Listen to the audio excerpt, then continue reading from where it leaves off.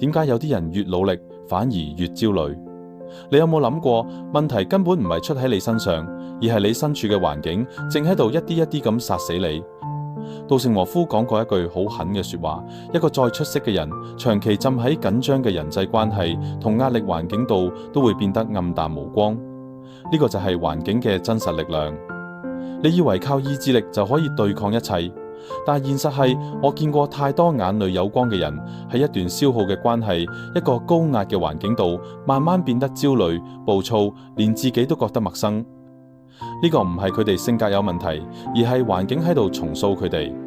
人係環境嘅產物，你靠近咩人，你就行咩路。喺一個斤斤計較嘅圈子度，你點生得出寬容？喺一個日日爭吵嘅環境度，你點養得出內心嘅平和？所以真正嘅自律唔係靠毅力死撐，而係主動去到滋養你嘅地方。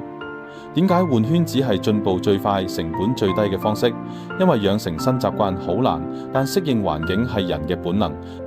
當你身邊都係積極自律、互相支持嘅人，你根本唔使費力堅持，你會自然而然被影響、被帶動，輕鬆咁成為更好嘅自己。呢個先係真正嘅捷徑。如果你暫時未能離開，記住3個字：唔入局。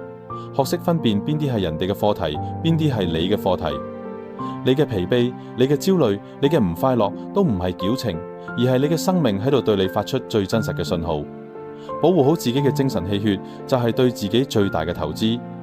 你嘅生命咁寶貴，唔好俾佢喺錯嘅關係同環境度慢慢耗光。離開消耗你嘅人，就係最狠嘅自我投資。選擇去到一個能滋養你嘅地方，唔單止係最高級嘅自律，更係一份清醒對自己負責嘅人生智慧。關注 Jackie，帶你睇清環境點樣決定你嘅命運。